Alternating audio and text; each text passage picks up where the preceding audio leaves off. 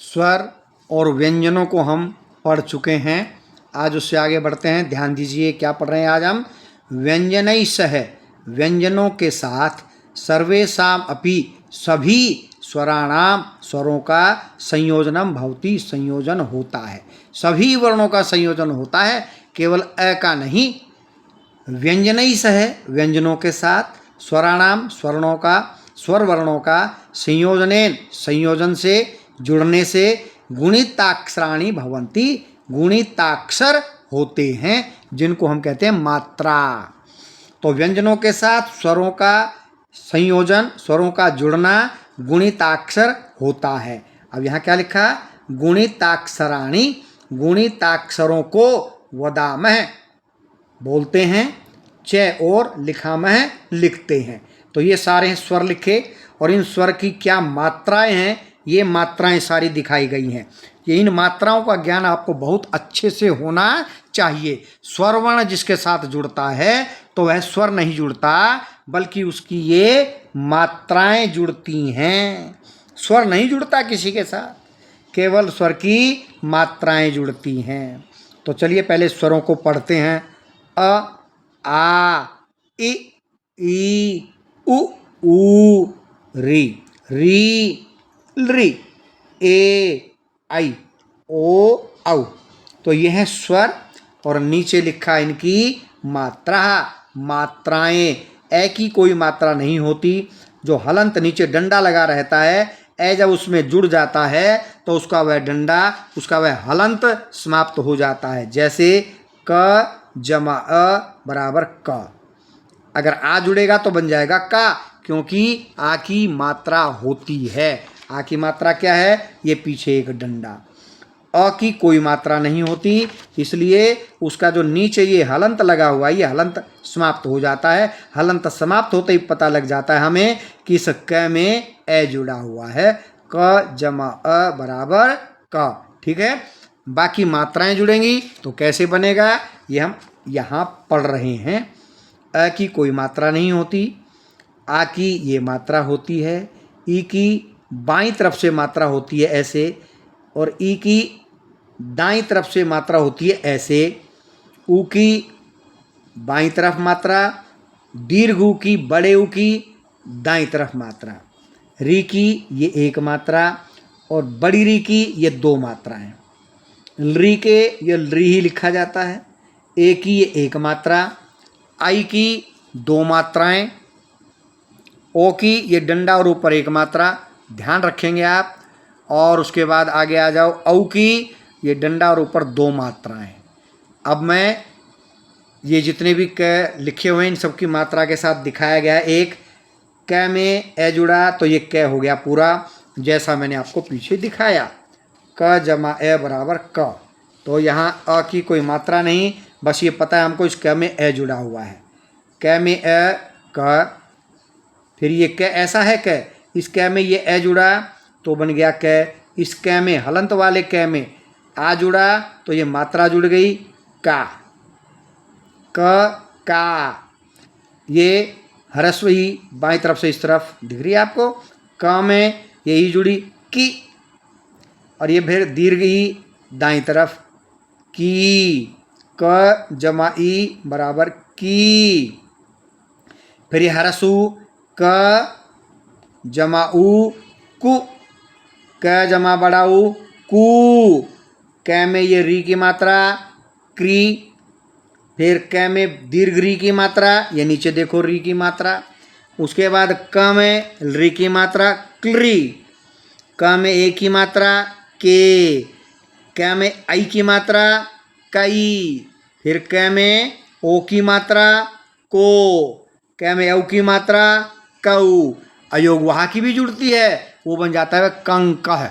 जैसे अंग अह बना ए के ऊपर अनुस्वार, ऐसे ही क के अनुसार बन ऊपर लग के कंग और अह के विसर लग के कह बनता है।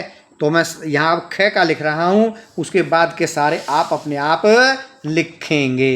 ये है ख, ख का लिखा हमने। ख में ये ए जुड़ा तो क्या बनेगा ख। फिर ख में आ की मात्रा पहले लिखेंगे ख, ख में ये आ की मात्रा ऊपर लिखेंगे, ये शिरोरेखा बोलते हैं इसको। फिर ख में ह्रस्व ई की मात्रा, छोटी की मात्रा, ये लगा दी खी।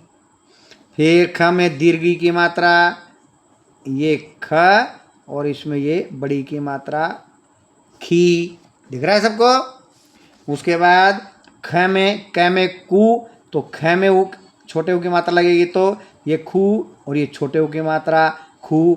हमको पता होना चाहिए ख में ए की मात्रा है, यहाँ आ की मात्रा है, यहाँ ह्रस्व ई छोटी की मात्रा है, यहाँ बड़ी की मात्रा है, यहाँ छोटे उ की मात्रा है, और यहाँ पर अब ये बड़े उ की मात्रा लगानी जो इस तरफ होती है।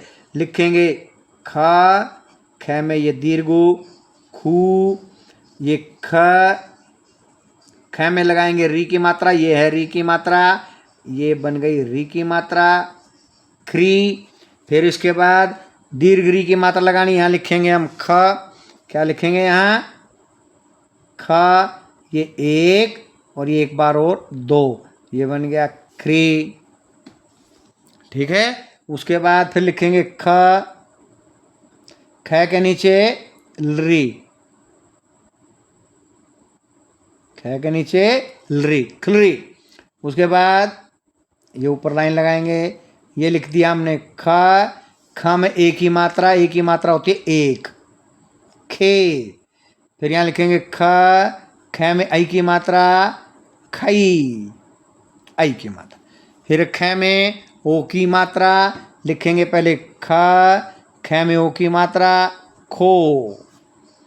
फिर ये लिखेंगे ख में औ की मात्रा खाऊ। ठीक है। ये बाकी सारे आप लिखेंगे, लेकिन पढ़ रहे हैं हम। ख का पढ़े, क्या का पढ़ते हैं पहले? क, का, की, कु, क्री, क्री, क्लरी, के, कई, को, कऊ। अब ख का पढ़ेंगे, ख, खा, खी, खू, खू, ख्री, खलरी, खे, खई, खो, खऊ। अब आगे इसी प्रकार ग, घ, ng का आपको लिखना है और पढ़ना भी है, क्योंकि ऊपर क्या लिखा है? गुणिताक्षराणि वदामः लिखामः च है। गुणिताक्षरों को बोलते हैं और लिखते हैं, तो बोल बोल के लिखना है।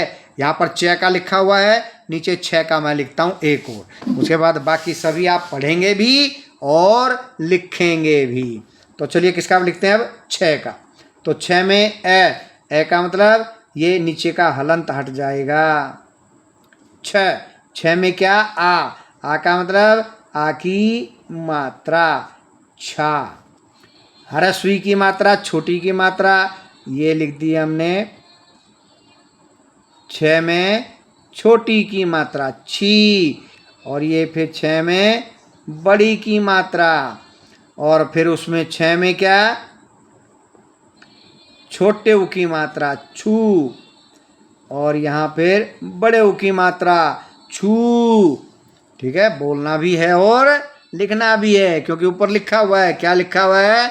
गुणिताक्षराणि वदामः लिखामः च है। गुणिताक्षरों को बोलो और लिखो, बोलते हैं और लिखते हैं, लिख रहे हैं। चलिए छ में क्या लगाएंगे? री की मात्रा लिखेंगे पहले छ, और ये री, श्री। बोलना भी है और लिखना भी है। ये छ, इसमें दो री की मात्रा। फिर ये छ में री की मात्रा। फिर उसके बाद छ में ए की मात्रा।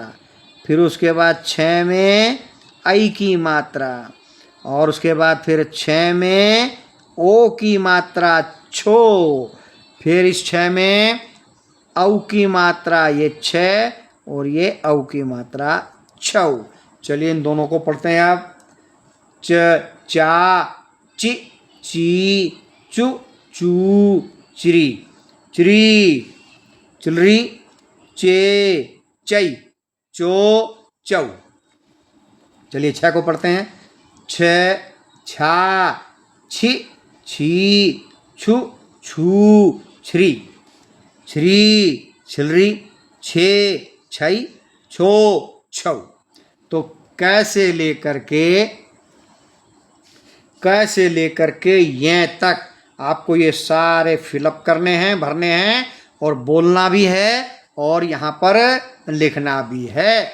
इसके आगे कल करवाएंगे। आप बने रहिए संस्कृत शिक्षा चैनल के साथ। कल तक के लिए जयतु सुर भारती।